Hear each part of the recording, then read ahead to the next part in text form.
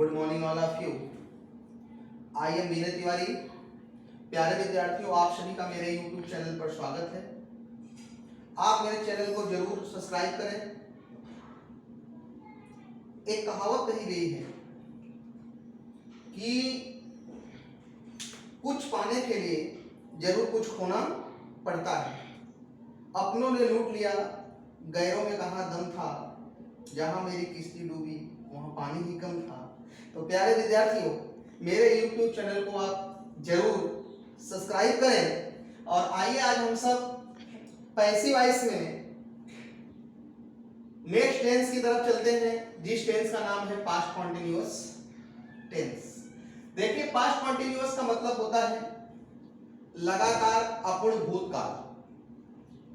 देखिए, इस टेंस के नियम से हम पैसिव कैसे बनाते हैं, तो देखिए इसका पहचान जो होता है, हिंदी वाक्य के अंत में रहा था, रही थी, रहे थे शब्द आते हैं तो वो पास्ट कॉन्टिन्यूअस टेंस कहलाते हैं। देखिए, जब पास्ट कॉन्टिन्यूअस टेंस का एक्टिव और पैसिव बनाने के नियम, एक्टिव वाइज जब आपका पास्ट कॉन्टिन्यूअस में होता है यानी वाज वर्ब के बाद आईएनजी लगा होता है, तो पैसिव में वाज वर्ब के बाद बीइंग और प्लस वर्ब के थर्ड फॉर्म का प्रयोग करते हैं।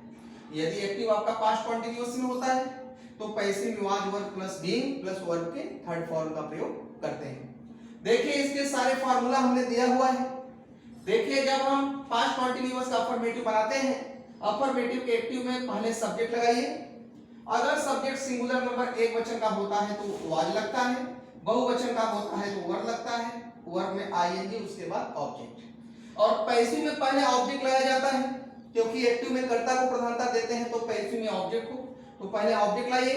ऑब्जेक्ट सिंगुलर है तो वाज लगाइए, और ऑब्जेक्ट प्लूरल है तो वर्ब लगाइए। और एक्टिव में जब वाज वर्ब होता है तो पैसिव में वाज वर्ब के बाद बीइंग, तो बीइंग लगा दीजिए। और मैंने बताया है कि पैसिव में हमेशा वर्ब का थर्ड फॉर्म, उसके बाद बाई के बाद आप सब्जेक्ट लगाइए। जब इसका नेगेटिव बनाएंगे, नेगेटिव का मतलब नकारात्मक। नकारात्मक में आप जानते हो नहीं शब्द आता है और नहीं अंग्रेजी नॉट लिखा जाता है। तो केवल एक परिवर्तन आपको करना है कि एक्टिव में कर्ता एक वचन का है तो वाज, बहुवचन का है तो वर्ब, और इसी के बाद आपको नॉट, वर्ब में आईएनजी और ऑब्जेक्ट। और पैसिव में पहले ऑब्जेक्ट लाइए। ऑब्जेक्ट सिंगुलर है तो वाज, प्लूरल है तो वर्ब, नॉट उतार लीजिए, बीइंग वर्ब का third form by plus subject. यह तो आपका नेगेटिव हो गया।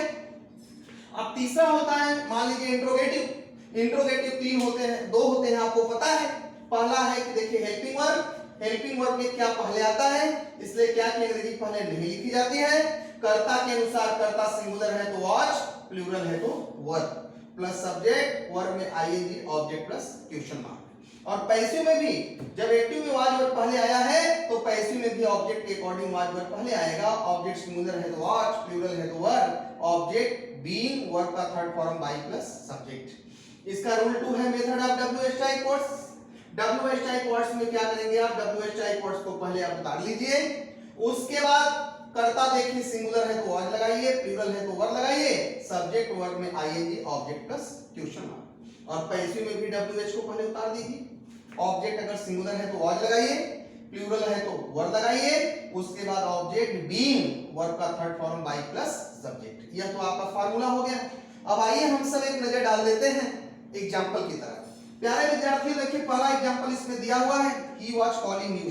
ही वाज कॉलिंग यू, वह तुम्हें बुला रहा था। तो देखो वाज आया है क्योंकि कर्ता सिंगुलर है और वर्ब में आईएनजी, उसके बाद ऑब्जेक्ट, यानी सेंटेंस एक्टिव में है और पास्ट कॉन्टिन्यूअस में है। पास्ट कॉन्टिन्यूअस का अफर्मेटिव है। तो पैसिव में मैंने बताया पहले ऑब्जेक्ट ले आइए। ऑब्जेक्ट क्या है यहाँ पर, यू, तो यू हमने ला दिया। अब यू देखो बहुवचन का होता है, ऑब्जेक्ट बहुवचन का है इसलिए वर्ब लगाया, वर्ब लग गया। उसके बाद हमने बताया कि एक्टिव में यदि वाज वर्ब होता है तो पैसिव में वाज वर्ब के बाद बीइंग, तो हमने देखो बीइंग लगाया, वर्ब का थर्ड फॉर्म, तो वर्ब का थर्ड फॉर्म क्या है, कॉलिंग का थर्ड फॉर्म कॉल्ड, उसके बाद बाई के बाद सब्जेक्ट ही का हिम। दूसरा है I was not teaching you. Sentence negative है तो इसमें भी पहले ऑब्जेक्ट लाइए, तो हिम का क्या होगा, ही सिंगुलर माना जाता है इसलिए वॉच। और देखो हमने बताया फार्मूला में कि नॉट उतार लीजिए, उसके बाद बीइंग लगाइए, बीइंग लगा दिए, वर्ब का थर्ड फॉर्म टीचिंग का थर्ड फॉर्म टॉट, उसके बाद बाई हिम। नेक्स्ट है वाज सी प्लेइंग क्रिकेट, तो वाज सी प्लेइंग क्रिकेट। अब देखो वाज पहले आया, सेंटेंस इंट्रोगेटिव के हेल्पिंग वर्ब का नियम है। क्रिकेट सिंगुलर है इसलिए वाज लगाइए पहले वाज, उसके बाद ऑब्जेक्ट क्या है cricket, watch cricket being played by her.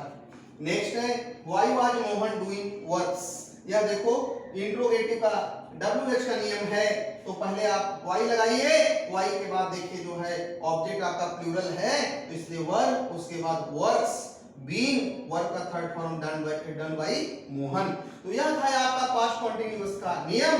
प्यारे विद्यार्थियों, मेरे चैनल को जरूर आप लाइक, सब्सक्राइब और शेयर करना आप ना भूलें। Thank you very much.